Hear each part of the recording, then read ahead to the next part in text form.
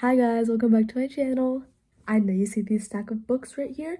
This is going to be rating BookTok books that I have read. I am now an avid reader, but I will start by saying that I have read a lot of BookTok books because when I used to read back before this reading phase that started at the end of 2021, I read so many dystopian and like fiction fantasy books. Like I read all the Harry Potter books, Maze Runner, Divergent, Percy Jackson, like stuff like that. So when I got back into reading, I wanted to read like light, easy books because I didn't have much time because of school, and I wanted to read like romance because I've never read romance before.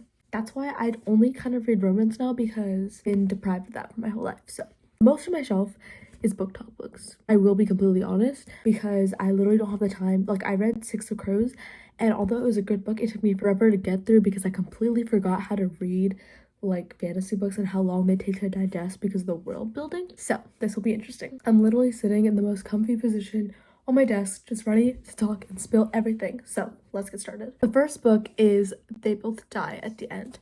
I will be completely honest, I know this book is either like you love it or you hate it.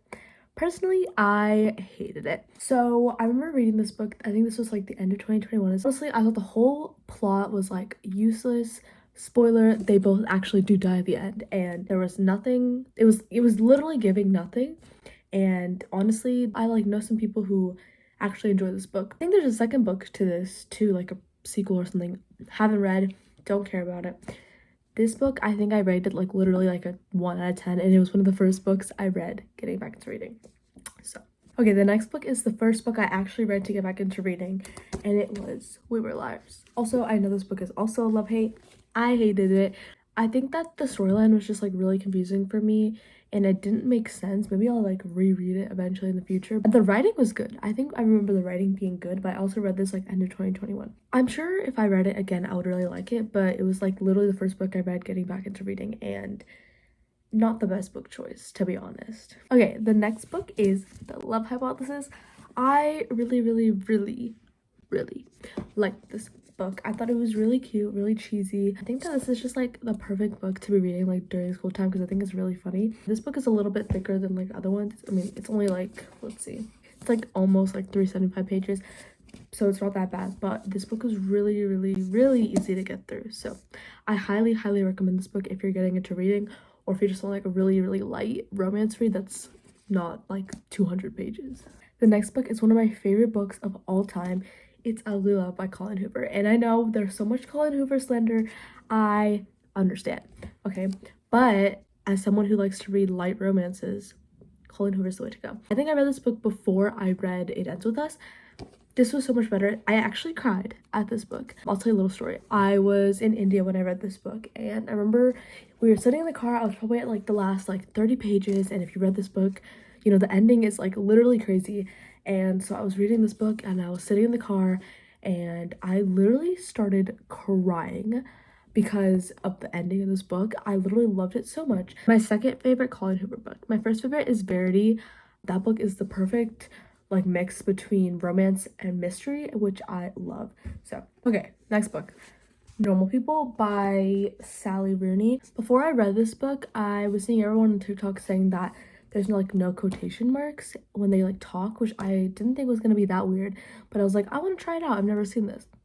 Bought the book, read it. I will literally show you. I'll like insert a video like over here. It is so weird. They'll be talking, but it's all in just like paragraph form, no quotation marks, and it was really confusing to read, to be honest. It's literally about normal people living their lives. There's not really a plot. I just think the weirdest part is how it has no quotation marks. This next book is a book that I rated 10 out of 10 on Goodreads, I'm pretty sure. And if you're not following my Goodreads, I'll link it in the description. But I actually just recently started using Goodreads at the end of last year. The Seven Husbands of Evelyn Hugo. I think almost everyone on BookTok loved this book. Every section was so intriguing with literally every husband. And the ending was literally the craziest thing ever. Never expected that. This book I would definitely read again, give it 10 out of 10. I'm pretty sure it's being made into a TV series. I hope that like every season is a different husband. I was never bored, which is really good because I read in short increments because I don't have much time in the day due to like school and then when I had band. Okay, next book, a lot of people are gonna come at me, but Daisy Jones and the Six. I think I gave this like a 7 out of 10. Obviously Goodreads it's only at 5, but give this a 7 out of 10 because at the beginning and towards the middle, it was kind of boring for me and I was like literally confused about what the plot was.